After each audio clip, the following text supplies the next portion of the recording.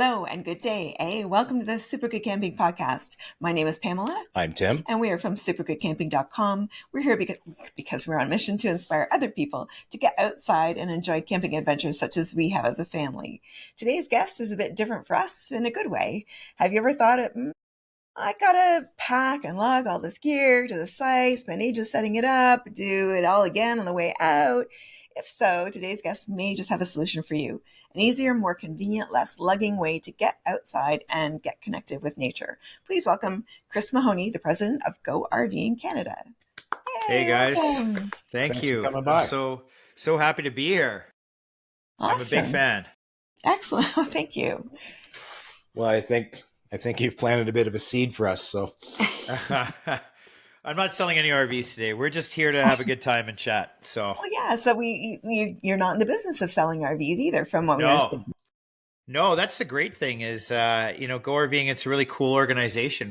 We're not for profit. We've been around for over 25 years. We're set up by the manufacturers and the RV dealers and campgrounds to basically promote the RV lifestyle. So, we're completely brand agnostic. We don't sell units. We don't sell a particular brand. We just sell an idea, which is a lot of fun. I'm not going to lie. It's a wild ride. It's a ton of fun. And you're an RVer yourself, I assume. I am. Yeah. My first RV experience was when I moved to Canada after university in my early 20s. I won't tell you how long ago that was, but drove across the country in a RV, a 32-foot Class C with three buddies.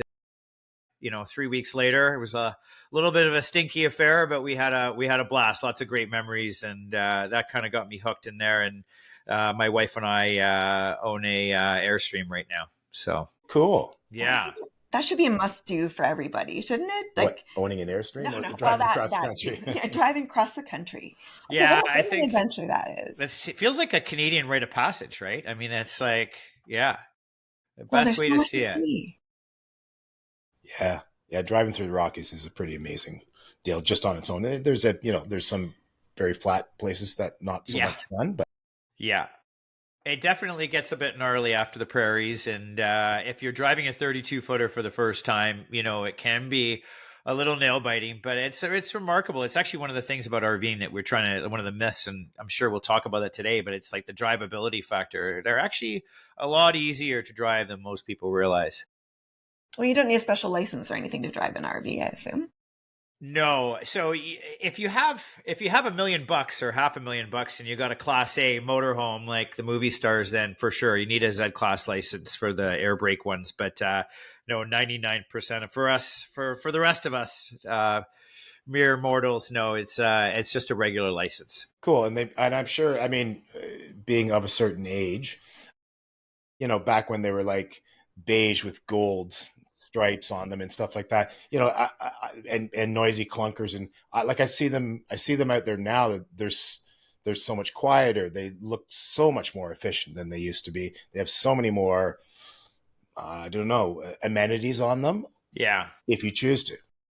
Yeah, I mean, like anything else, it's definitely evolved. I've been doing this for over 13 years now, and definitely in that time, I've seen some serious tech leap forwards. Both in like efficiency, obviously, with EVs have been huge for cars, and RVs are behind that because of mostly because of like distance and timing like that.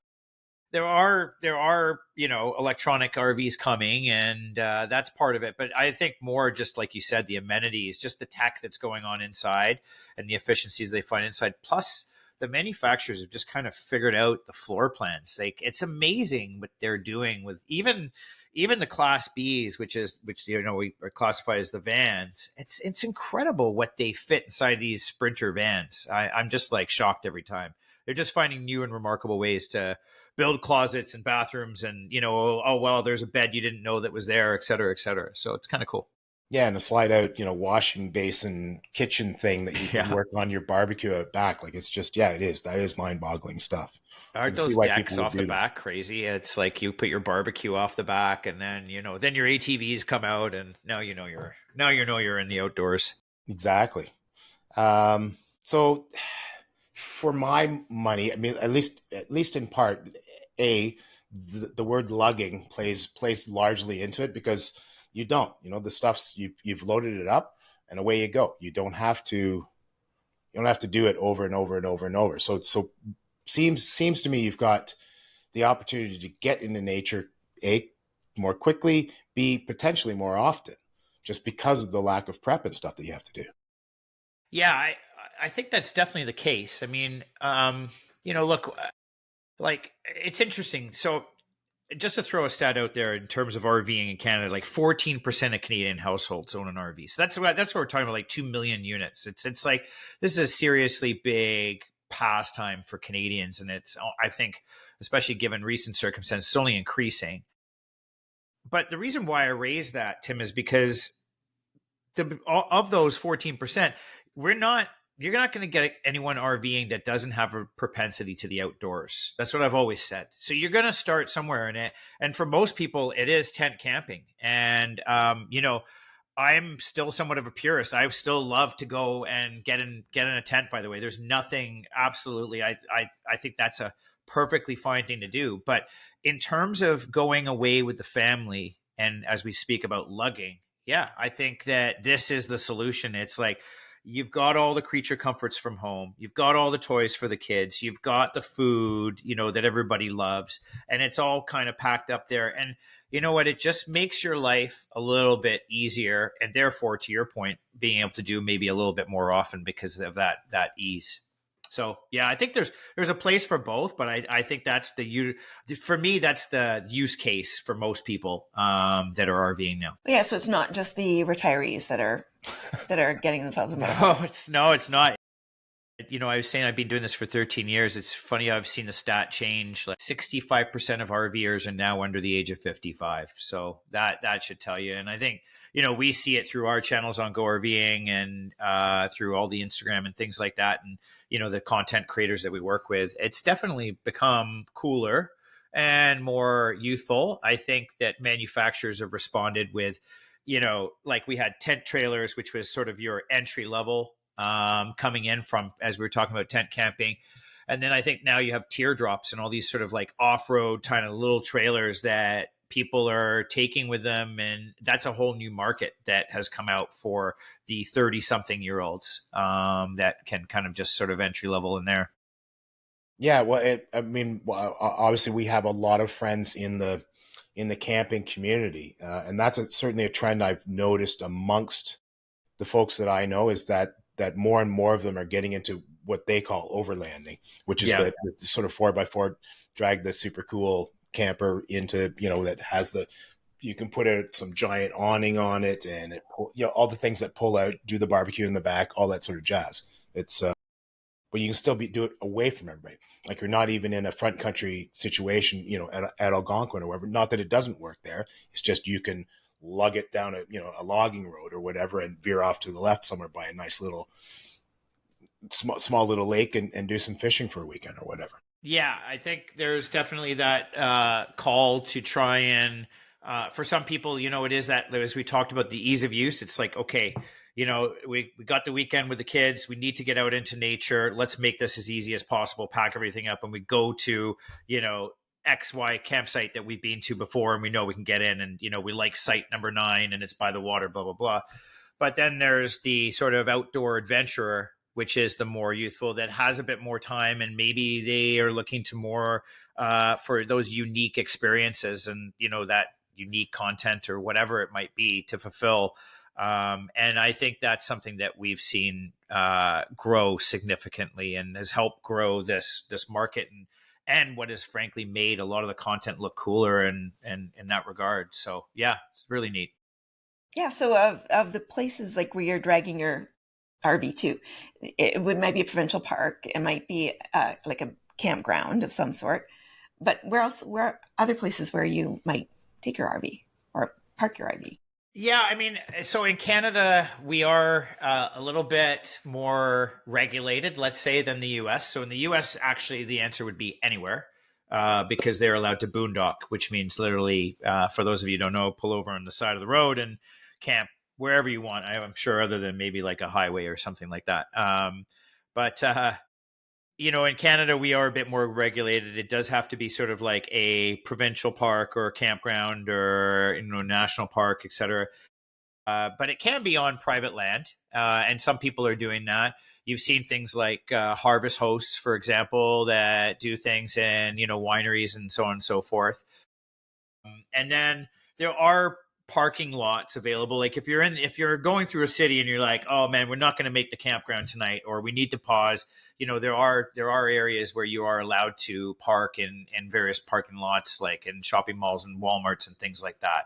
Obviously not ideal, but if you're in transit, then why not? I mean, some people like to go further afield. Like we said, Canada's a giant mosaic, and sometimes it does, you can't get there in just the one push. So you got to take a couple. But look, I mean, with over 4,000 campgrounds in Canada, we're spoiled for choice.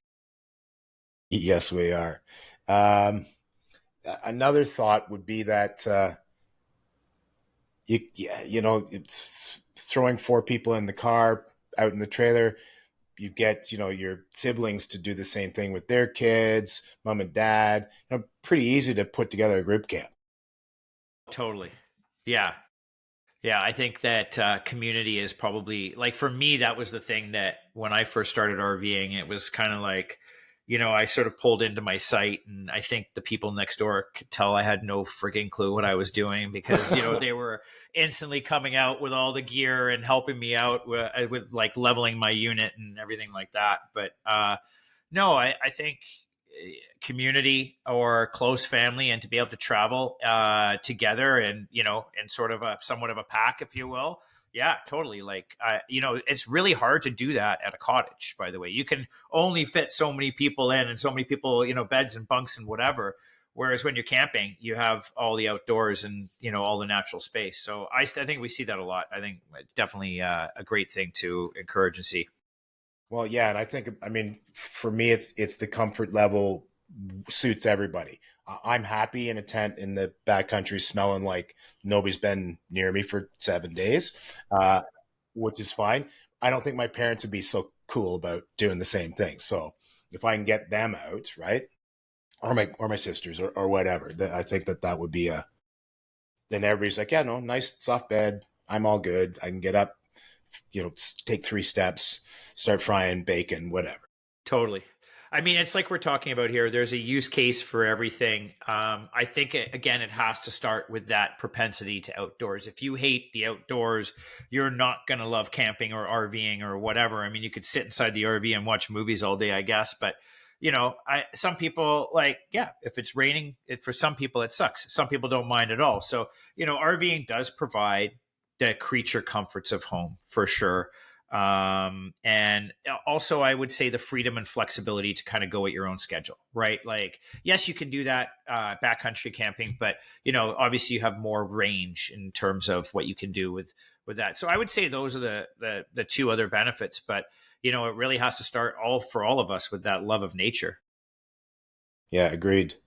Some of the misconceptions that you run into, okay, so the first one that immediately pops to mind for me is RVs are expensive. Yeah, and the reality is that RVs can be expensive. Like, let's be honest, this is discretionary income. Some of these RVs go up to, as I said at the beginning here, like $500,000. That's very rare that people are going to be in that segment. I know. Pocket change, yeah. Yeah, totally, right? Yeah, anytime. Let's buy 2. Look, I mean, the way I would phrase it is that we see entry level RVs starting at $10,000. Those are like tent trailers. I think that is, if you are a tent camper and this is something you did as a couple for ages, but now you have 2 kids and it's just getting a little too difficult, that's maybe your next stage. But you'll still live in suburbia and like park it in your driveway, et cetera, et cetera. It ranges from there. But the average RV is amortized. So a lot of them are amortized over 20 years, which means like a $40,000 unit is like $300 a month or under that. So, it is relative. It's affordable relative to everything else. So, I don't know if you guys have looked at airline prices lately or hotels, like, not for a long time, it's but like, yeah, man. Wow. Yeah, it's crazy. And then I've had some anecdotally some people talk to me about going to Disneyland with the family and how much that costs and so on and so forth. And we've done some studies through Go RVing, and I won't quote a whole bunch of stats of it's 70% cheaper and this and that. I mean, again, everything is relative. I think the reality with RVing is there is an RV for everyone and every budget. You just have to look carefully at what you need out of a floor plan. But certainly that can be a misconception. I would definitely agree with that. What's your other one? What else like comes to top of mind for you guys? Well, the next one is almost a joke. Everybody's heard that. So I heard a bunch of swearing at the campsite last night. I'm sure it was somebody parking an RV. We've experienced that personally. not us, but next to us. Next to us, yes. And it was hilarious at the same time. It was just terrifying. Like, oh, he's gonna knock the tree down now. But I make the assumption that, again, technology being what it is, it's come miles with cameras and being able to see in the dark and all that sort of jazz. Not somebody back there screaming, "No, left, your other left, you idiot." Well, it's funny that still does exist because I'm thinking of myself and my wife. But yeah, no, it's funny. Even with all this tech, it's we offer free marriage counseling at gorv.ca, by the way. But no, I mean, look, everyone's seen it. Pulling into a campground at nighttime after a long day drive and like being hungry and whatever is stressful. No matter, you can throw all the sort of kit that you want in the world and all the cameras, it's still going to create some issues potentially. I will say it's gotten a lot easier for sure, obviously with the advent of calendars, and it really comes down to planning in that regard. I think the biggest thing that you can have as an RVer in your plus column is a plan.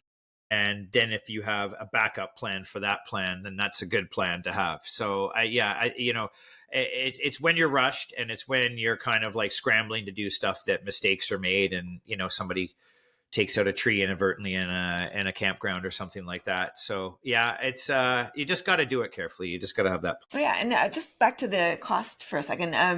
So you mentioned they amortize the cost over 20 years. You said.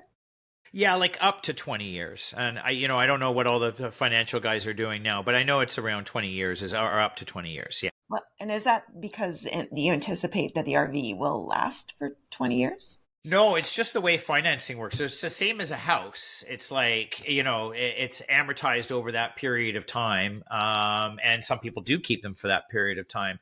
Obviously, warranties, go and you can extend them and whatever else. And I think a lot of people do pass them on. There's a big secondhand market. That's why there's over 2 million in Canada right now. But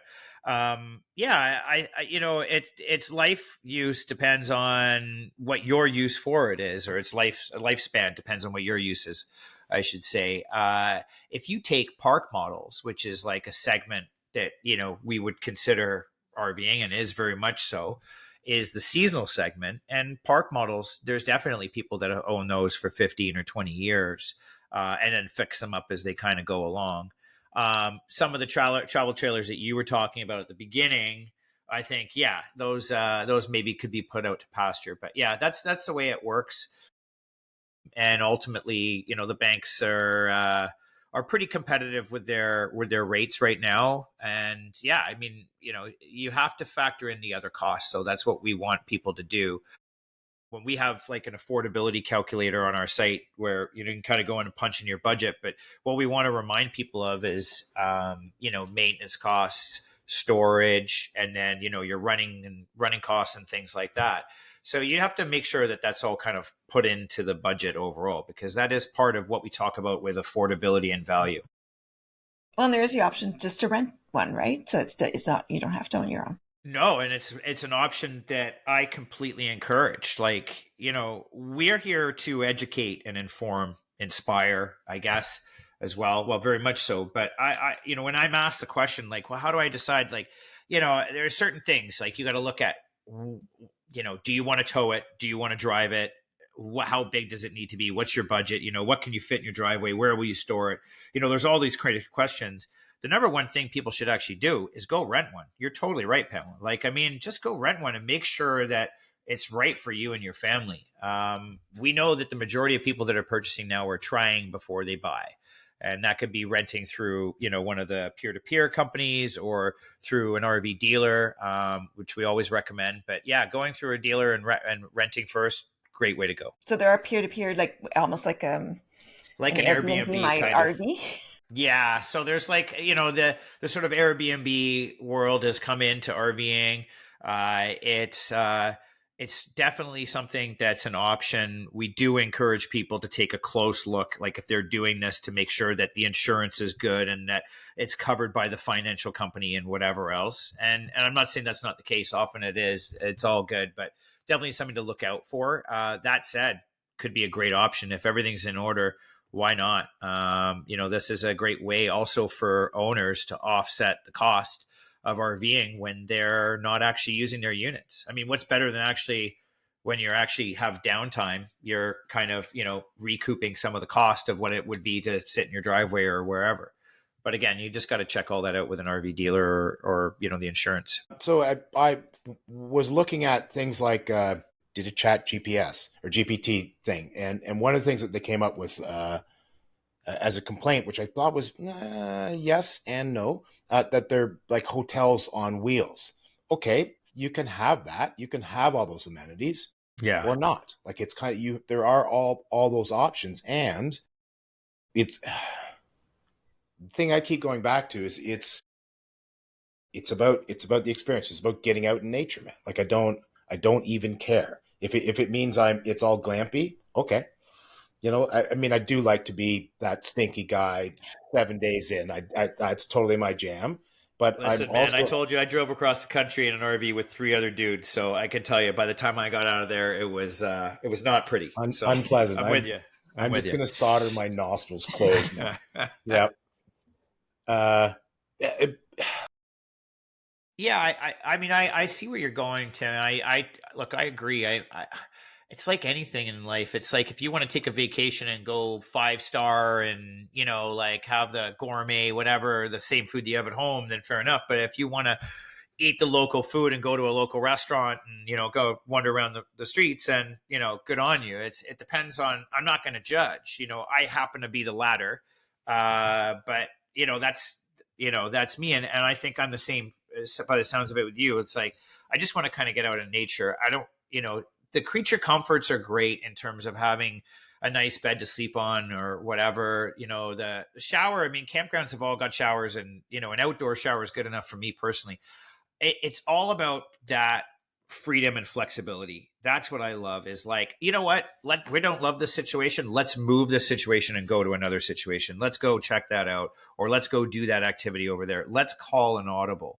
And I think that that's what it affords you the ability to do, especially with some of these smaller, less glampy units that, you can really do overland, like you were saying. cool. Another thing that had occurred to me was sort of the environmental cost of RVs. Because again, old guy, old days, Yeah. that big old rickety thing spewing smoke out the back, which isn't the case anymore. How have they improved substantially with their with their emissions and things like that? Yeah. I mean, I mentioned at the beginning kind of the advent, our advent in the RV industry of batteries, and obviously there's a range issue there, but batteries are coming in to support engines and hybrids and things like that. A couple things I would say, and I'm not going to like roll the banner here, because I think that for me the environment is hugely important. It's something from Go RV in Canada that's personal to me, that I want to encourage as much environmental sustainability as possible. I believe that that's down to the individual camper and RVer, and like the footprint that we leave behind. To me, that's the more important factor, or like the impacting area.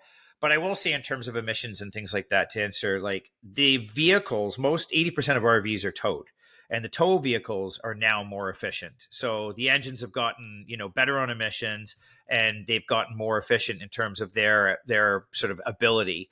And then for things like the bigger motorhomes, obviously those engines have altered, but they're always going to have somewhat of an impact. But then if you compare that impact to taking a flight from Toronto to Vancouver, how much environmental impact is that? I mean, I think everything's kind of relative. And again, I'm not trying to sell that. I think that we have to like keep that in mind. Yeah, no, that's valid. something you mentioned earlier about your website. I spent a ton of time on it, just going, holy crap, look at all this stuff. Give me a brief, because it's huge. Give me a Yeah. brief idea of all the resources that you have on the website. Yeah, totally. And thanks. Like, we just launched our new site. We're really happy. We are our main stay here is GoRVing.ca. That's why we're here, to inform and help inspire. So there are inspirational factors. There's a lot of video content on there that's like, where can I go? Here are some trip guides from me. I mean, I think for me as a first time RVer, it was kind of like, okay, so where do I go for 7 days? Like, give me some inspiration. And so we've done a lot of that. We've done a lot of trip guides and a lot of sort of content about here's how you go about it. But then there's the educational component, which is really like, so if I want to get into this, like Pamela, to your point, like the try before you buy, the questions you should ask your dealer, the questions, the types of dealers that you should be approaching, where you can approach them, etc., directories for all that. And then going further down the sort of rabbit hole is like what we would call like the avid RV or the expert section, which is more like, people swapping notes on how they RV and how to, tips and tricks and hacks for RVing and, the best, most efficient way possible. And our community is definitely a vocal one. We're very fortunate, like both through both social and on the site. RVers are avid about it, and I think it's neat to see the exchange of information. But again, just like that kind of exchange to help people out. So yeah, in a nutshell, Go RVing Canada is kind of set up in those sort of 3 tiers: one to inspire, one for like the first timer, and then one more for the expert on getting on the road. Cool. Well, and talking about your socials, we follow you on Instagram, and I was quite surprised at, and often following off, like somebody who made a comment on one of your posts or whatever, follow off on them. And I know you said, I think 55 is the average age now. Yeah. I was surprised at how much younger a lot of those commenters were. It was like, holy crap, I had no idea. I think it seems it's crazy. It seems like it's getting younger and younger, and I'm trying to keep up with it. Honestly, I mean, it's kind of crazy for me to say, but we sort of do these check-ins and find out who is our audience now and what are they saying and what are they about. And typically, it's our audience that tells us what they want. So as I said, they're pretty vocal about it. But I think for me, the largest thing I'm seeing is kind of that inspo, what I would call the inspo gap, which is really like, inspire me, like kind of tell me something that's off the beaten path where I can go see this or do that, and encourage me into an activity that maybe I haven't thought about before or something along those lines. And I think that people want that inspiration of like where to go, what to do, etc. Maybe that's just the norm now in social media, is kind of people like drive there. So that's it. Yeah. Well, yes. I mean, definitely in my stinky 7 days in the backcountry community, that's exactly what the sort of coming back to that. I love it. Is, right? Yeah, it's not just food pictures anymore. It's not just food pictures anymore. It's not, right? And that's honestly, Pamela, that's where it started. It was all the recipes and things like that. And now it's just like, it's increased from that so much. There's so much content out there, so much to consume. As I kind of said to you guys at the beginning, I love what we do here. The fact that we are sort of this, not-for-profit and brand agnostic means that we can be real about what it means to be RVing, what it means to be outdoors. And, we're not just going to encourage anyone just to do that. We think there's benefits of getting outdoors for mental health, for family connection. All of this is proven stuff. It comes through a lot of our advertising, like with Wildhood, where we're encouraging the freedom to discover, to kind of quote unquote break the rules that we were put into this mold as, right? And sort of be free, be out in nature. And that seems to resonate really well with the audience that we want to be working with. We're trying to, have those moments of connections with Canadians. And I think we're not to talk anything about what's going on right now, but it feels kind of COVID-esque to me in a bit of a way. We saw a big uptick, obviously, during COVID, as the camping industry as a whole did. Everybody was like, oh my God, what am I going to do?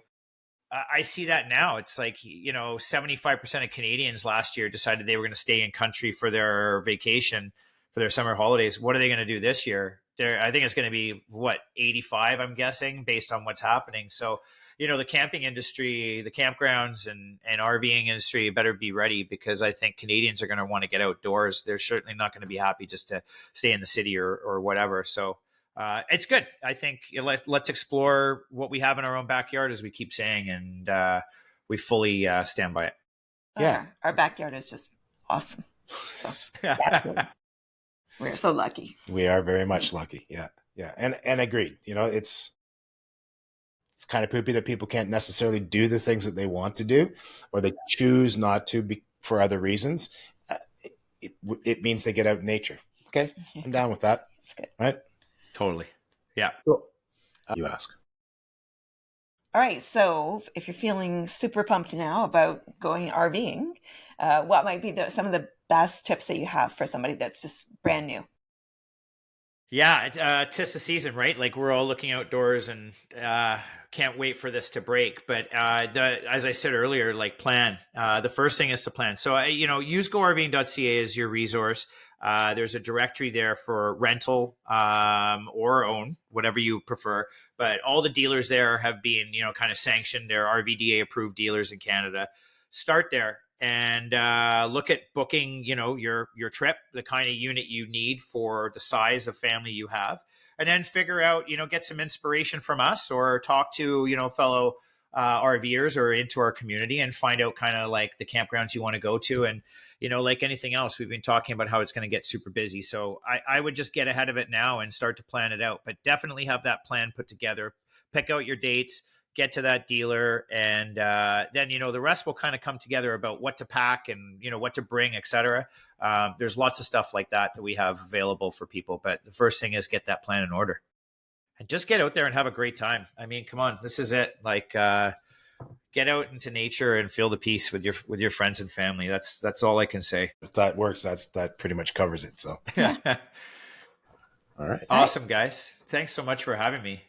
Thanks for coming, Chris. I really appreciate it. I'll just kind of do our outro, and then that's a wrap. We're done. But all right, that's it for us for today. Thank you so much to Chris from Go RVing for joining us and sharing all that information about RVing.